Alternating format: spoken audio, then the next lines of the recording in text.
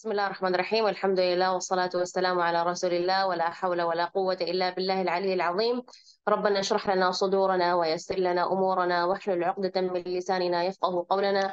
Allahumma iftah alaina futuhal 'arifina bihikmatik wanshur alaina rahmataka birahmatika ya arhamar rahimin. Alhamdulillah, terima kasih kepada tim Yayasan Al-Haq. Masya Allah, mudah-mudahan insya Allah Allah selalu memberi keberkahan dan melimpahkan rahmatnya kepada teman-teman semuanya, dan juga insya Allah diberkahi segala pun apapun yang dilakukan untuk bersyiar untuk Al-Quran.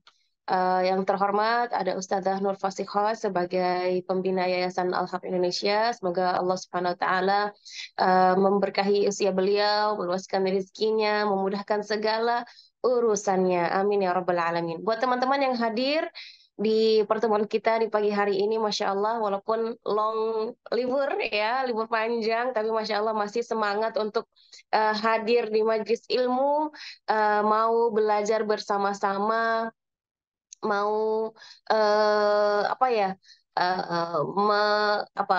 menambah, meningkatkan apa namanya, ilmunya, meningkatkan pemahamannya tentang Al-Quran dan lain sebagainya. Mudah-mudahan insya Allah di sini kita akan apa ya, sharing-sharing, dan juga apalagi sekarang kita akan menyambut bulan Ramadan ya. Mungkin sering kita dengar marhaban ya, syahr Ramadan, marhaban syahr siyami wal qiyam, syahrul Quran ya. Selamat datang kita menyambut bulan Ramadan, juga bulannya turunnya Al-Quran, bulannya kita berpuasa, bulannya kita banyak qiyamul lail. Dan tema kita hari ini Al-Quran dan cara membacanya ini, salah satu apa ya, bulan Ramadan adalah salah satu bulan yang sangat mulia di antara bulan-bulan yang lain karena keistimewaan nuzul Al-Quran di bulan Ramadan. Maka kalau kita lihat bagaimana para ulama dahulu ya, para sahabat, para ulama ya, itu mereka bersemangat untuk belajar, bukan belajar, untuk membaca Al-Quran di bulan Ramadan ya. Khususnya kalau kita lihat bagaimana misalnya contoh seperti Al-Imam Asy-Syafi'i rahimahullah taala. Beliau setiap hari ya khatamnya 2 kali ya. Jadi bukan satu bulan. Kalau kita mungkin targetnya satu bulan Ramadan itu kita targetnya khatam 1 kali. Nah, tapi Imam Syafi'i rahimahullah itu dalam 30 hari Ramadan itu 60 kali khatam. Berarti satu hari itu khatamnya 2 kali. Nah, ini bagaimana triknya supaya kita bisa seperti beliau, kita bisa mengikuti jejak-jejak ulama-ulama kita yang bersemangat dalam membaca Al-Quran di bulan Ramadan. Dan emang bisa gitu ya, apa namanya, khatam satu hari itu 2 kali gitu ya. Nah, sedangkan kita baca satu juz aja, bahkan baca satu halaman aja mungkin kita masih terbata-bata, atau mungkin merasa waktunya nggak cukup, kita pun banyak kesibukan dan lain sebagainya. Ulama-ulama kita Masya Allah di bulan Ramadan mereka berhenti mengajar di bulan Ramadan. Aktivitas mereka yang sehari-hari itu mereka berhentikan. Kenapa? Karena pengen fokus di bulan Ramadan untuk membaca Al-Quran, untuk beribadah kepada Allah Subhanahu wa Ta'ala. Yang biasanya menulis kitab berhenti menulis kitab di bulan Ramadan. Yang biasanya mengajar itu berhenti mengajar di bulan Ramadan. Yang biasanya beraktivitas apa di luar itu mereka berhenti di bulan Ramadan. Bahkan ada beberapa guru kami yang sampai sekarang pun itu mereka melakukan seperti itu. Jadi seperti misalnya saya ikut daurah memantapkan hafalan, daurah murojaah dan lain sebagainya, daurah qiraah dan lain sebagainya. Itu guru-guru kami di bulan Ramadan itu pasti libur. Pasti libur. Kenapa? Kan katanya bulan Ramadan kan kita harusnya lebih semangat untuk beribadah ya. Jadi hendaklah kita mulai dari sekarang bersemangat untuk apa? Untuk menyambut bulan Ramadan. Sering kita mendengar doa Allahumma barik lana fi Rajab wa Sya'ban wa ballighna Ramadan. Ya Allah, ya berkahilah kami di bulan Rajab dan Sya'ban, dan sampaikanlah kami kepada bulan Ramadan. Kenapa? Karena ulama mengatakan bahwasanya bulan Rajab adalah bulan di mana kita menanam bibit ya. Ya, kalau diibaratkan seperti tanaman ya. Dan di bulan Sya'ban, bulan bagiannya kita menyirami ya tanaman tersebut, sedangkan di bulan Ramadan itu bulan yang dimana kita panen. Panennya di bulan Ramadan, jadi bukan panennya bulan Syawal, bukan panennya di bulan Ramadan. Jadi kita dari sekarang bersemangat. Ya misalnya nih, yang biasanya jauh dari baca Al-Quran, ya sekarang mulai ditargetin. Ya satu hari, satu halaman aja, gak usah banyak-banyak. Ya, satu hari, satu halaman. Minggu ini ya, untuk minggu ini satu hari, satu halaman. Minggu depannya ditambah lagi 2 halaman. Minggunya lagi tambah lagi 3 halaman. Sampai masuk bulan Ramadan kurang lebih dia sudah mampu satu hari itu setengah halaman insya Allah ya. Karena apa? Karena kalau kita bersemangat dalam membaca Al-Quran, kalau kita sudah istiqomah gitu ya, 1 minggu, 2 minggu, 3 minggu, di minggu keempat, minggu ketiga, minggu keempat itu rasanya sedikit itu baca satu halaman, pengen nambah lagi, gitu ya. Dan itu salah satu apa namanya, kalau kita tahu ibadah kita diterima atau tidak ya, itu setelah kita melakukan ibadah kita bersemangat untuk berbuat ibadah lagi gitu ya. Nah misalnya nih bulan Ramadan kita semangat nih buat ibadah, apakah setelah bulan Ramadan kita masih semangat untuk beribadah atau tidak ya? Kalau kita masih bersemangat, insya Allah itu mudah-mudahan tanda terima Allah menerima ibadah kita di bulan Ramadan ya.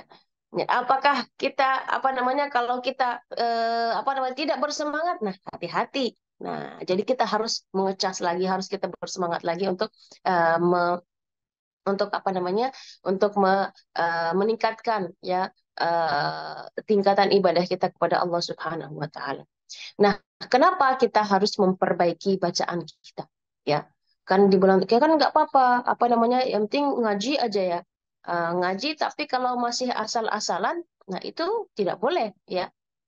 Kalau kita baca qasidahan, baca kitab apa namanya kitab kuning misalnya, selain Al-Quran ya boleh-boleh aja tanpa tanpa tanpa panjang, pendek, dengung, gunah.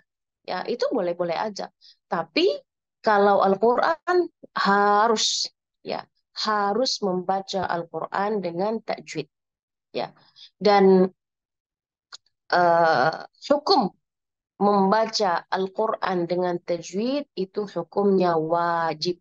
Maka selama kita berusaha, ya, ini bagaimana nih Ustazah? Saya kan masih baru belajar, bacaan saya masih banyak salahnya. Selama kita ada upaya, selama kita ikhtiar untuk apa namanya belajar, maka insya Allah itu termasuk kita berusaha gitu ya. Walaupun misalnya Ustazah, saya udah 1 tahun belajar harful ain, tapi masih aja salah. Tidak apa-apa. Selama kita berusaha, selama kita ikhtiar untuk memperbaiki, insya Allah, ya termasuk pahala bahkan, gitu ya. Nah, yang tidak boleh itu adalah dia sudah bacaannya berantakan, tapi tidak semangat belajar dan sudah menganggap memperbaiki bacaan Al-Quran itu tidak penting. Nah, itu yang tidak boleh. Ya, jadi apa namanya memang setiap orang memiliki proses yang berbeda atau jangka waktu untuk memperbaiki bacaannya berbeda. Tapi saya yakin ketika kita sudah melangkah pertama, pasti ada ujiannya. Ujiannya adalah misalnya, udah tua, baru mau ngaji. Udah seumur segini, baru mau ngaji. Malu sama anak kecil. Oh, minder. Nah, ini ujiannya kayak gini nih biasanya. Ya, pas pertama hadir, pertemuan pertama ada salah harf dalam huruf fa. Sama gurunya suruh pulang lagi. Mau diperbaiki dulu harful fa-nya. Besoknya datang lagi, harful fa-nya lagi. Besoknya lagi, harful fa-nya lagi. Ya sudahlah, mau harful fa-nya gini ya sudah, daripada disalahin terus, mending kita mundur. Ujian-ujian kayak gini nih biasanya diuji bener-bener bener nih mau diperbaiki bacaannya. Ya, bener nih apa namanya mau dibenerin bacaannya gitu ya. Jadi karena apa? Karena setan itu tidak akan berdiam ketika dalam hadis Rasulullah Shallallahu Alaihi Wasallam bersabda, hadis ini yang diriwayatkan dari sahabat Nabi yang bernama Ibnu Mas'ud, bahwasanya uh, uh, قال عن النبي صلى الله عليه وسلم قال كل من قرأ حرفا من كتاب الله فله حسنة والحسنة بعشر أمثالها لا أقول ألف لام ميم حرف ولكن ألف حرف ولام حرف وميم حرف. Ya, barang siapa yang membaca satu huruf dari Al-Quran, falahu bihasan. Dia akan mendapat satu kebaikan. Wal hasanatu bi asyri amsalha. Satu kebaikan ini dilipat oleh Allah Subhanahu wa taala menjadi 10 kebaikan. Jangan mengatakan alif lam mim adalah satu huruf, ya, tapi alif satu huruf, lam satu huruf, mim satu huruf. Jadi kalau kita baca alif lam mim nih, buat teman-teman yang lagi on di sini boleh standby di kolom chat. Ya, kalau kita baca alif lam mim, berapa kebaikan yang akan kita dapat? Boleh tulis di kolom chat. Berapa kebaikan? Peserta bisa kan mengetik di kolom chat? Oke, alhamdulillah. Baru satu nih yang menjawab. Yuk, yang lain mana? Iya, oke, baik. Bagus. Masya Allah. 30 kebaikan. 30 atau 33? 30 ya. Karena satu kebaikan dilipat oleh Allah Subhanahu wa taala menjadi 10, maka tiga huruf tadi alif, lam dan mim maka menjadi 30 kebaikan. Masya Allah. Ya, dan setan itu pasti tidak akan diam gitu ya. Pasti dia ya sudahlah, kita bikin dia ngantuk, bikin dia tidak semangat, bikin dia kesibukan. Pas dia mau ngaji baru tahu, baru mau belajar memperbaiki bacaannya, baru baca Al-Quran, ada notif ting gitu ya. Oh, dia menoleh lihat HP-nya. Pas dia ini ada aja yang dia ingat, jemuran belum diangkat, setrikaan belum setrika, piring belum dicuci. Pokoknya setan itu tidak akan berhenti dia. Bahkan kalau kita sambil mengaji pun itu kadang-kadang kita ngajinya kemana, pikiran kita juga kemana. Nah itu makanya di situ harus kita apa namanya memohon kepada Allah, kita melibatkan Allah ya. Karena kita apa namanya ingin berbuat kebaikan, maka kita melibatkan Allah, kita memohon berdoa kepada Allah agar Allah menguatkan hati kita ya, agar Allah ridha ya atas ibadah yang kita akan lakukan ini gitu ya. Dan yang ketiga harus kita dipaksa ya. Ya, waktu sudah ada, udah luang, ya kan, badan baru udah sehat gitu ya, maksudnya seger gitu, nggak ngantuk, nggak capek, tapi kok masih malas. Nah, ini butuh kita cek lagi apa yang sebenarnya terjadi dalam hati kita. Ya, jangan-jangan kebanyakan dosa, lalu Allah tidak pengen kita membaca kalamnya. Ya, jangan sampai karena tujuan kita yang tidak benar ya dalam tahsin, dalam menghafal ya, itu membuat kita wal'iyadzubillah ya jauh dari Allah Subhanahu wa taala. Jadi yang pertama, kenapa kita harus memperbaiki bacaan kita? Ya, yang pertama kita luruskan niat ya. Nah, tadi tata tertib tadi bagus sekali. Yang pertama luruskan niat, betul. Itu harus luruskan niat. Ya, luruskan niat. Karena apa? Apalagi amal mulia seperti ini, bahkan di antara kemuliaannya adalah ketika nanti di hari kiamat, ya, dia memasangkan jubah kemuliaan dan mahkota kemuliaan buat orang tuanya dan juga bisa memberi 10 syafaat ya untuk keluarganya yang sudah masuk neraka. Apa namanya lagi syafaat. Selain itu dia mendapat kemuliaan bahwa dia akan dengan setiap ayat ya yang dia hafal, yang dia baca di dunia itu dia mengangkat derajatnya di surga. Ya. Bahkan dalam hadis yang lain bahwa sungguhnya ada orang-orang ya yang dimana dia menjadi keluarga Allah dan ahli khususnya adalah ahlul Quran. Kemuliaan yang seperti itu pasti tantangannya pasti banyak. Ya, saya bukan nakut-nakutin, oh kalau gitu ya kita mundur aja. Enggak, justru karena kita ingin meraih kemuliaan itu, pasti tidak akan mudah begitu saja. Ya, Uh, dalam surat Al-Ankabut, hasiban nasu an yutraku an yaqulu amanna wa hum la yuftanun. Apakah kalian mengira orang-orang yang beriman akan tidak diuji? Pasti akan diuji. Yuftanun di situ bukan fitnah, tapi diuji. Pasti akan diuji. Ya, jangankan masalah kita mau mengaji, masalah kita mau sekolah aja kan, di sekolah aja kita diuji. Kenapa diuji? Oh, supaya dia mau naik kelas atau tidak naik kelas gitu ya. Nah, tapi sekarang nggak tahu ya, sistemnya harus lulus gitu ya. Nah, tapi dengan ada ujian, oh kita tahu kita gagalnya di mana, kita kekurangannya di mana, kita perbaiki gitu ya. Nah, begitu juga dengan kita apa namanya proses tahsin. Mungkin mungkin di sini di kelas tahsinnya saya kurang tahu sistemnya ya, tapi kurang lebih kalau saya lihat sistem secara umum itu misalnya kalau ada kurang-kurangnya pasti mungkin tidak tidak masuk ke level berikutnya ya, misalnya dia baru pemula mau masuk ke level apa namanya yang sudah level kedua misalnya, atau dia mau masuk level tahsin apa level sanad misalnya, yang nggak mungkin langsung kan dari pemula langsung, nggak, pasti ada prosesnya, belajar dulu perbaiki dulu bacaannya baru masuk ke level apa namanya sanad gitu ya. Nah, baru pemula mau ngambil sanad ya nggak mungkin, apa diperbaiki dulu bacaannya di apa namanya di dan diuji di situ. Alhamdulillah, kalau sedikit sharing ya, kalau saya pribadi kan mulai menghafalnya kan dari usia, memang dari usia kecil ya, dari alhamdulillah dari usia 4-5 tahun gitu sudah mulai menghafal. Nah, tapi untuk proses memperbaiki bacaan itu secara intens ya, secara intens, tapi selama menghafal memang diperbaiki juga sama guru kami, tapi basic-basic saja, misalnya tebal tipis, idgham ikhfa gitu ya, ahkam nun mati, ahkam nun sukun, ahkam mim sukun gitu kan, yang basic mat gitu kan, yang apa yang basic banget. Nah, belajar memperbaiki bacaan secara intens itu ketika saya di ma'had.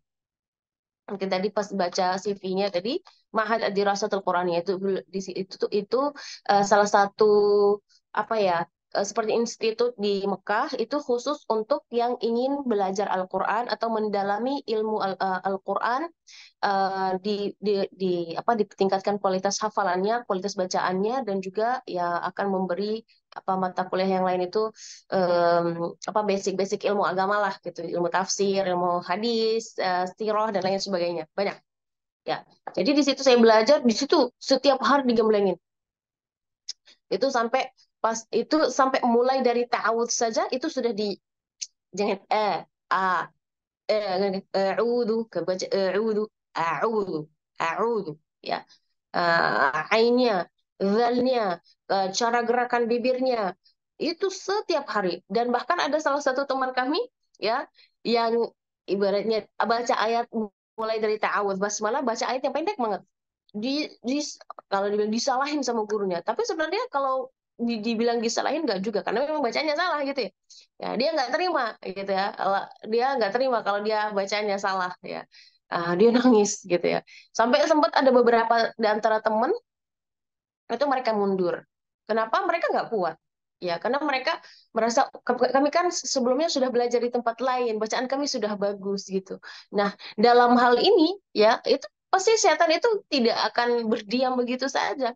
Ya, masa dikomentir sama guru di mereka mereka tidak apa hatinya tidak luas gitu ya untuk menerima untuk diperbaiki bacaannya. Gitu. Jadi itu juga membuat apa namanya ya saya pribadi, wah ini gimana nih. Eh, Waktu itu kami 30 orang 5 yang mundur, jadi sampai apa tahun itu terakhir itu 24 atau 23 orang ya, jadi banyak gitu ya, termasuk cukup banyak gitu ya, kalau udah mau hampir sepertiga dari kelas kami. Jadi ya setan tidak akan berdiam ya, pasti ada apa namanya, pasti banyak godaan nih. Misalnya ini kan kita nggak ada nih alasannya, misalnya nggak mau belajar karena nggak ada guru dekat rumah, nggak ada yang ngajarin, kita kan pengennya face to face langsung, nggak ada gurunya, ya sudah buat apa kita kan nggak ada guru, ya sudah kan sekarang alhamdulillah tadi saya dengar dari yayasan Al-Haq Indonesia ini masya Allah ada kelas tahsin online, ya itu bagus sekali. Jadi tidak sudah Allah sudah memberi kepada kita kemudahan yang begitu banyak agar kita membaca Al-Quran, memperbaiki bacaan Al-Quran. Lalu kita mau nggak ambil kesempatan itu, dan Allah sudah menjamin bahwa orang-orang yang pengen belajar Al-Quran, memperbaiki bacaannya, menghafal Al-Quran, itu akan dimudahkan. Akan dimudahkan. Dan bahkan dalam surah Al-Qamar, ya, Allah Subhanahu wa taala berfirman, "Walaqad yassarna al-Qur'ana lidzikri fahal min muddakir." Allah akan memudahkan. Yassarna, ya, yassarna, kami memudahkan. Gitu ya, subhanallah. Tinggal lagi apakah kita semangat atau tidak, mau atau tidak, itu adalah pilihan kita. Gitu ya. Jadi untuk memperbaiki bacaan Al-Quran ini, memang khususnya kalau kita di kelas tahsin, ya. Kalau di Indonesia namanya tahsin, kalau di Arab itu biasanya tilawah, namanya tilawah. Kalau di Indonesia kan tilawah beda lagi ya, tilawah ada yang irama-iramanya itu. Enggak, kalau tilawah itu mengaji Al-Quran dengan baik, ya. Dan bahkan kalau kita lihat di buku-buku tajwid, mereka tidak menggunakan istilah tahsin, mereka menggunakan istilah tilawah, tilawatul Quran, ya, atau maratibut tilawah, ya kan? Nggak ada maratibut tahsin, nggak ada maratibut tilawah, karena kan ini berkaitan dengan Al-Quran, bacaan Al-Quran, dan apapun itu berkaitan dengan bacaan Al-Quran itu namanya tilawah. Jadi ada 4 hal atau ada 4 pondasi yang perlu kita apa namanya, empat pondasi yang perlu kita fahami atau yang kita pelajari agar bacaan Al-Quran kita menjadi baik. Ya, yang pertama adalah kaidah. Jadi ada 4 pondasi. Pondasi yang pertama adalah itmamul harakat. Itmamul harakat ini artinya memperbaiki atau menyempurnakan pelafalan harakah. Harakah itu apa? Harakah itu adalah tanda baca atau kalau sekarang itu fathah, kasrah, dhammah. Jadi bagaimana cara kita menyempurnakan gerakan fathah, bagaimana kita menyempurnakan harakat kasrah, bagaimana kita menyempurnakan harakat dhammah. Jadi a, i, u gitu ya. A, I, U. Ya, kalau fathah dengan kita membuka rahang kita, ya. Membuka rahangnya sebesar apa? Nah, itu di dalam yang dipelajari lagi. Kenapa kita harus belajar apa namanya, itmamul harakah dulu? Kan harusnya kan kita belajar makharijul huruf, kan makharijul huruf itu kan penting. Betul, betul sekali. Makharijul huruf itu penting, ya. Tapi makharijul huruf walaupun dia 100% benar, tapi kalau fathahnya kurang sempurna, tetap kurang sempurna. Saya baca A, ini makhrajnya benar. Makhraj dengan fathah, apa harakatnya sudah benar. A.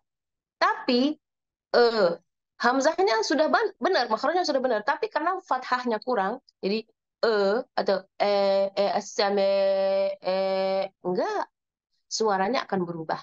Walaupun makhrajnya benar, tapi karena fathah atau kasrah atau dhammahnya kurang sempurna, maka tetap dia kurang sempurna. Walaupun makhrajnya sudah 100%. Makanya itmamul harakat terlebih dahulu yang kita belajar. Makanya kalau misalnya punya murid-murid, punya anak-anak di rumah, ajarkan ya a, i, u, ya.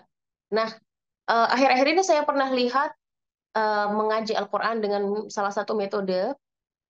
Sebenarnya materi itu cukup lama, tapi nggak tahu yang muncul kenapa yang itu gitu ya.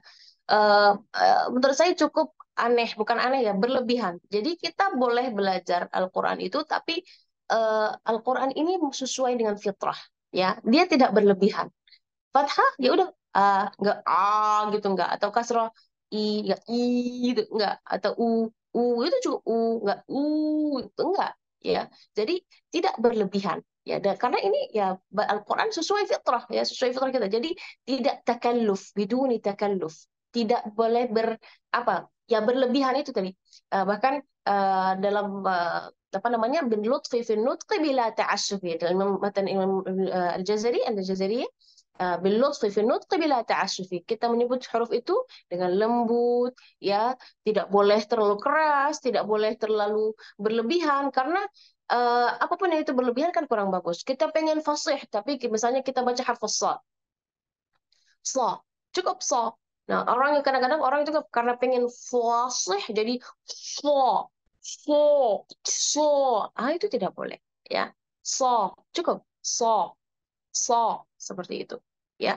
Jadi itu yang pertama tadi, pondasi pertama adalah itmamul harakat, yaitu kita menjaga apa atau menyempurnakan pelafalan harakah, fathah, kasrah, dan dhammah.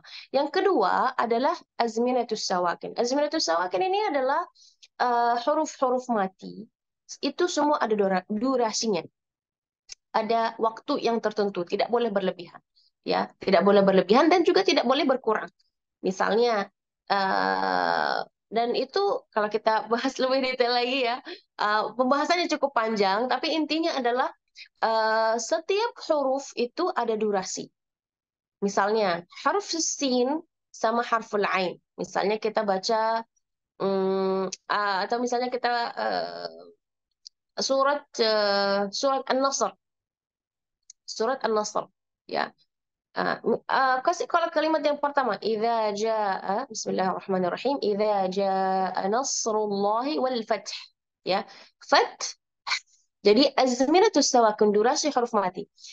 Di kalimat al-fath ada berapa huruf mati? Ada 3 huruf mati. Al, lam, fat, ta, sama ha, ya kan? Nah, apakah durasi 3 huruf ini yang mati? Kita bahas huruf mati saja, karena tadi kan itmamul harakat membahas huruf yang berharakat. Nah, azminatus sawakin ini membahas khusus untuk huruf mati. Lam mati, ta mati, ha mati. Apakah durasinya sama? Tidak sama. Berdasarkan dengan apa kita tahu, oh ini durasinya lebih panjang, ini durasinya lebih pendek. Nah, ini berdasarkan dengan sifatul huruf. Ada sifat huruf namanya syiddah, ada sifatul huruf namanya tawassut, sama yang terakhir adalah rakhawah. Jadi kalau dia di syiddah, dia tidak ada durasi, dia hanya di situ. Misalnya hamzah, hamzah mati gimana kita bacanya? Ah, gitu kan? Nggak mungkin kita baca enggak kan? Itu syiddah dia. Dia tidak ada durasinya, tidak panjang. Di situ saja, dia stuck di situ. Ada namanya tawassut. Tawassut itu dia apa namanya? Dia tidak terlalu lentur, dia hanya ada durasinya. Seperti harfal al-ain, ya. Ah, al harful lam. Tadi wal fath tadi kan? Al al ya. Kalau ta tadi dia di syiddah. At at ya, nggak boleh nggak kan, kita baca tak at at, ya. Harful lam dia masuk di tawassut. Sedangkan harful ha dia masuk di rakhawah. Dan huruf rakhawah ini dia durasinya cukup panjang. Kita harus begini bacanya. Ah, harful ha misalnya kita baca al-qari'ah, al-qari'ah, dan al-qari'ah, enggak al-qari'ah. Jelaskan surahannya. Al-fath, al-fath, gitu ya. Jadi ini penting, ini sebenarnya tawakkul ini penting. Kenapa? Karena kalau misalnya kita baca kalimat al-ard, al-ard, al-ard, ya. Kalau kita tidak memperhatikan durasi huruf mati, khususnya kalau dia ada 2 huruf mati terakhir atau 3 huruf mati terakhir, itu semua harus diperjelaskan. Kalau yang terakhir kalau tidak diperjelaskan durasinya, maka biasanya huruf terakhir jadi korban, tidak kelihatan atau tidak terdengar suaranya. Misalnya contoh seperti kalau kita dibaca al-ard, al-ard, al-ard, al-ard. Atau kita baca surat al-asr, wal asr, asr, asr. Jadi harus jelas, asr, wal asr, wal fajr, wal fajr. Ya, jadi kalau wal fajr, wal asr, roknya mana? Hilang suaranya karena kita tidak memberi durasi untuk huruf yang terakhir. Atau misalnya kita baca Al-Fatihah, Alhamdulillahi Rabbil Alamin. Kasih durasi sedikit aja karena dia tawassut. Ya. Nah, untuk azminatus sawakin ini kapan dia lebih tampak? Ya, lebih tampak kalau kita membaca dalam tempo bacaan yang pelan atau dalam istilah tajwidnya martabatut tahqiq. Ya, martabatut tahqiq. Ya, level paling lambat, ya. Dan paling lambat itu bukan ngariti enggak gitu ya. Alhamdulillahi Rabbil Alamin. Itu semua hurufnya jelas, durasi huruf juga sangat jelas sekali. Itu martabatut tahqiq, ya. Dan ini azminatus sawakin akan tampak di situ. Nah, tapi kalau kita bacanya cepat, nggak kelihatan. Alhamdulillahi Rabbil Alamin, nggak kelihatan. Ya, walaupun ada bau-baunya azminatus sawakin, ya, tapi tidak begitu tampak seperti kalau kita bacanya di level tahrim. Makanya kalau kita baca pelan itu bagus buat misalnya untuk mengajar, ta'lim, talqin. Kita mengajar murid-murid kita, ngajar anak-anak kita supaya bacaan mereka bagus itu seperti itu. Bacanya yang pelan-pelan, ya. Baik, tadi pertama azminatus sawakin, yang kedua itmamul harakat, azminatus sawakin, yang ketiga adalah qaidatut takhlis. Qaidatut takhlis ini adalah eh, apa namanya, mengenai bacaan kaidah atau kaidah tebal tipis ya. Qaidatul takhlis ini dia lebih bagaimana kita huruf tebal tetap tebal, huruf tipis tetap tipis. Jangan sampai ada ngaruhnya. Kadang-kadang nggak ada huruf tebal sama sekali, tapi ada aja yang nebelin. Iyyaka na'budu, no, no, no, na'budu. Enggak, na'budu. Na'budu. Nah, di situ di qaidah takhlis ini banyak belajar bagaimana cara menebalkan huruf, menipiskan huruf, apalagi kalau huruf tebal tipis, tebal tipis, tebal tipis. Seperti kosakata misalnya al-ana hasal haqqu. Hasal haqqu. Hasal haqqu. Ya. Nah, ini cukup sulit kalau apa namanya? Kalau belum banyak latihan, dia akan dibaca hoson, hos, oh, enggak, dia hason. Nah, sama juga kalau ta'awudz misalnya. Ya, jangan baca a'udzu, a'udzu, ya seperti itu. Baik, apalagi yang keempat yang terakhir adalah al-ahkamut tajwidiyah. Kita belajar ahkam tajwid ya. Kita belajar ahkam tajwid di banyak ahkam tajwid, hukum mim, banyak ya, ahkam nun sukun dan tanwin, mim sakinah, gunna, mad, ahkam raat, apa namanya, apalagi banyak al-maqtu' al-mausul dan sebagainya ya. Jadi di situ kita belajar ahkam at-tajwid ya. Jadi untuk apa namanya, pemula ya minimal misalnya belajar Tuhfatul Atfal gitu ya. Bukan ngafal matanya doang ya, tapi memahaminya, memahami teorinya, memahami cara mempraktekkannya. Karena saya pernah apa namanya, ya dia bilang dia sudah ngafal matan Tuhfatul Atfal, dia sudah punya sanad matan Tuhfatul Atfal, ternyata dia tidak paham atau dia tidak mengerti bagaimana cara mempraktekkan iqlab, cara mempraktekkan apa namanya, durasi mad misalnya. Nah ini jadi untuk belajar ilmu tajwid ini bukan hanya belajar teorinya saja, tapi juga harus mengetahui bagaimana cara membacanya, mempraktekannya gitu ya. Dan buktinya kalau kita sudah belajar tajwid itu bacaan kita sudah benar atau tidak, sudah meningkat ya atau tidak ya. Jadi ini adalah 4 pondasi untuk teman-teman yang pengen belajar tahsin, itu harus apa namanya, dipahami ya. Sebenarnya mungkin setiap orang atau misalnya setiap guru memiliki cara untuk tahsin apa namanya, pondasinya beda-beda gitu ya. Tapi secara umum 4 ini tidak keluar dari 4 ini. Mungkin misalnya ada guru yang lain itu mah nggak penting, itu mah cuma rumusan saja gitu ya. Yang penting kan setiap kalimat yang dia, setiap kosakata yang dia salah kita tegur. Ya memang seperti itu, bagus seperti itu. Nah, tapi kalau kita apa namanya, lebih menguraikan seperti itu, murid kita atau ya murid kita atau kita sendiri saat kita ngaji, oh ini masuk dalam kategori itmamul harakat nih, berarti kita harus hati-hati saat melafalkan fathah, kasrah, dhammahnya. Oh ini termasuk dalam kosakata, ini termasuk dalam kategori yang azmiratus sawakin, berarti kita harus perhatikan durasi huruf-hurufnya. Nah ini termasuk kosakata yang ada tebal tipis, tebal tipis, tebal tipis. Oh berarti ini termasuk dalam kosakata yang harus diperhatikan qaidatut takhlisnya, tebal tipisnya. Atau yang terakhir adalah misalnya ada kalimat, misalnya kalimat apa ya, misalnya haula gitu kan. Nah ini hukumnya apa, madnya apa, seperti apa, itu itu masuk di hukum apa namanya, di bagian tajwid seperti itu ya. Mudah-mudahan Allah mudahkan. Dan buat teman-teman yang pengen meningkatkan kualitas bacaannya namun masih terbata-bata, jangan bersedih, jangan bersedih ya. Jangan bersedih. Dalam Al-Quran Allah Subhanahu wa taala berfirman, "Innal ladzina yatluna kitaballahi ya wa aqamus salata wa anfaqu mimma razaqnahum sirran wa alaniyatan yarjuna tijaratan lan tabur." Ya, liyuwaffiyahum ujurahum wa yazidahum min fadlihi innahu ghafurun syakur. Jadi jangan em, apa ya?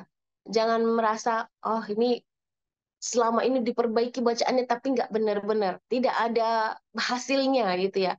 Nah, kita dalam apa namanya, dalam ayat tadi Allah Subhanahu Wa Taala mengatakan, berfirman, sesungguhnya orang-orang yang selalu membaca Al-Quran, ya, dan mereka menegakkan sholat, dan mereka berinfak di jalan Allah, atau seru ya, secara diam-diam dan secara terang-terang, ya, apa tujuan mereka? Yarjuna tijaratan lan tabur. Mereka mengharapkan apa ya, perdagangan yang tidak akan ada ruginya. Dan karena memang kalau semakin kita baca Al-Quran, walaupun masih kita terbata-bata, tidak ada ruginya. Bahkan kita akan menambahkan pahala, insya Allah meningkatkan keimanan. Ya, iliyufiyahum ujurahum wa yazidahum min fadli. Allah akan membalas kebaikan itu, ya, dan juga akan memberi karunia yang lain. Nah, innahu ghafurun syakur. Dalam juga hadis yang lain, Rasulullah Shallallahu Alaihi Wasallam bersabda, "Al-mahiru bil Quran ma'as safaratil kiramil bararah. Walladhi yaqra'ul Quran wa yatata'ata'u fihi falahu ajran." Barang siapa yang membaca Al-Quran dengan mahir, fasih, bacaannya bagus, mungkin hafalannya, akhlaknya baik, dia setara dengan para malaikat. Ustazah, terus bacaan kami ini jelek gimana? Bukan jelek ya, kurang bagus gimana? Belum fasih. Ya, tidak apa-apa. Walladzi yaqra'ul Qur'an wa yatata'ata'u fihi, masih terbata-bata, masih kurang sempurna, masih kurang apa namanya? Kurang maksimal, tidak apa-apa. Falahu ajran, dia juga dapat dua kebaikan atau pahalanya dilipat menjadi ganda, diganda oleh Allah Subhanahu wa taala. Jadi tidak ada yang namanya rugi, tidak ada yang namanya sia-sia aku belajar, enggak, masih aja kayak gini, kayak dulu baca, dari dulu bacaan saya emang seperti ini, mau belajar kemana ke sana kemari, tapi enggak, tetap masya Allah, insya Allah akan meraih keberkahan dan kebaikan dari Allah Subhanahu wa taala, ya. Saya cukupkan dulu, nanti kan kita ada sesi tanya jawab, mudah-mudahan nanti kita memperkembangkan apa namanya materi kita dengan melalui pertanyaan-pertanyaan dari teman-teman. Saya kembalikan lagi ke Ustazah Eva.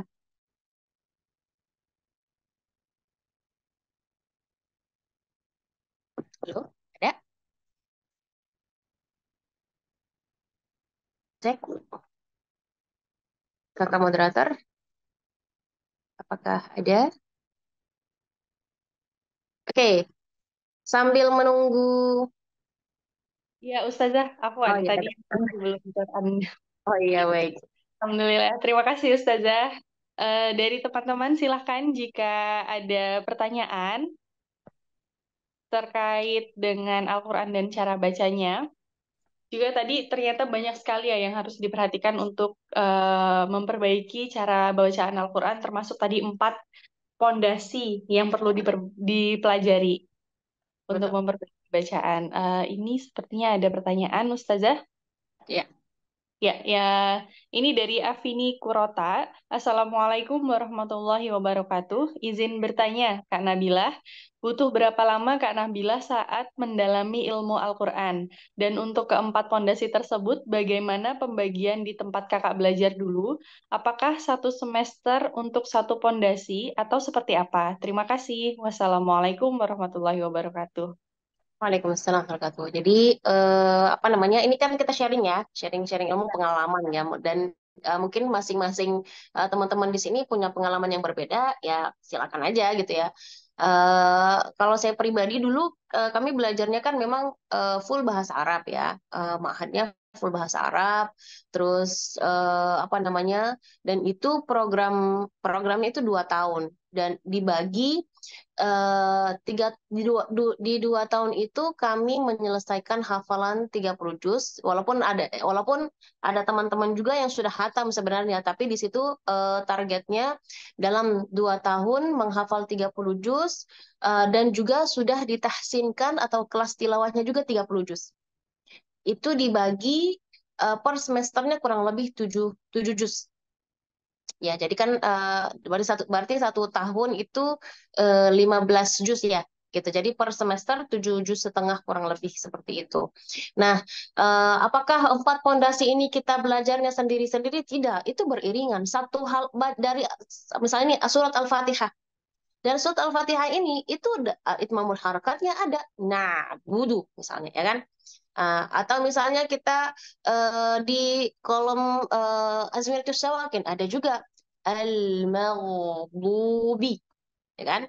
Al-maghdubi, ya. Atau misalnya kita di kolom apa tadi, Allahumma shalli ala Muhammad, qaidatul takhlis. Qaidatul takhlis ada misalnya kita ad-dallin. Itu kita bisa situ. Yang abdo ya enggak. Nanti di apa namanya di ahkam tajwidiyah banyak yang bisa kita bahas di situ. Bisa bahas misalnya apa namanya al-mad arid sukun ya. Bisa kita bahas makharijul huruf bebas di situ sesuai gurunya mau bahas apa di situ gitu ya. Dan itu beriringan setiap hari dan itu setiap hari ya kita belajarnya. Supaya nyampe dalam satu semester itu 7 juz setengah itu. Nah, jadi setiap hari itu belajar. Untuk dan belajarnya itu kami setiap hari dikasih target tiga, tiga, tiga halaman. Nah, 3 halaman ya 3 halaman. 3 halaman itu sebelum kita masuk kelas wajib mendengar murotal 3 kali ya. 1 kali itu kita membaca, misalnya syekhnya membaca, terus kita mengikuti. Misalnya syekh baca, Alhamdulillahi Rabbil Alamin. Kita berhentiin apa namanya audionya kita baca Alhamdulillahi Rabbil Alamin. Nah, yang kelima kita baca bareng ya, baca bareng audionya. Alhamdulillahi Rabbil Alamin. Kadang-kadang syekhnya udah selesai, kitanya min masih oh berarti kita kepanjangan, ya kan? Atau kadang-kadang syekhnya udah beres dengungnya kita masih atau syekhnya belum selesai dengungnya kita udah berhenti duluan. Nah, itu di situ supaya kita bacaan kita sama seperti baca apa seperti durasinya seperti bacaan syekh. Nah, selain kita latihan di rumah, jadi sebelum masuk kelas itu sudah siap nih. Nah, terus kita sambil tadi kan sudah baca, mendengar, itu sambil kita apa namanya kasih catatan nih mana nih yang masuk ke bagian kaidah itmamul harakat, mana nih yang azmatus sawakin, mana kayak gitu. Jadi sambil membaca itu kita sambil apa namanya punya buku apa kecil gitu untuk nulis-nulis kosakata-kosakata agar nanti kita dalam kelas kita berdiskusi sama guru, kita latihan juga sama guru dengan kosakata yang perlu diperhatikan dalam setiap apa namanya 4 pondasi tadi seperti itu ya. Ya, baik. Baik, Ustazah. Yang kedua, ini ada yang bertanya juga, apakah ada kitab selain Tufatul Atfal yang direkomendasikan untuk lebih mendalami bacaan Al-Quran? Baik. Ulama-ulama kita, ya Masya Allah, untuk kalau menulis karya ilmu tajwid itu banyak sekali ya. Banyak sekali ya. Maupun nazam ataupun syarah, maupun misalnya tulisan biasa, ataupun yang bentuknya matan. Nah, memang yang bentuknya matan itu matan Tuhfatul Atfal yang sangat populer dan juga matan Al-Jazariyah ya. Nah, kalau untuk syarahnya banyak sebenarnya ya. Dan kalau kita lihat juga kadang-kadang setiap syekh itu atau ya syekh yang menulis tentang tajwid itu mereka punya karena ya berdasarkan dari guru mereka, pengalaman yang mereka pelajari itu kadang-kadang sedikit perbedaan, tapi itu tidak mempengaruhi perbedaannya dari segi teori. Misalnya contoh, ada di satu kitab misalnya mengatakan bahwa qalqalah itu ada 3 bagian, ya 3 jenis, 3 jenis. Ada di kitab yang lain kalau qalqalah itu hanya 2 saja.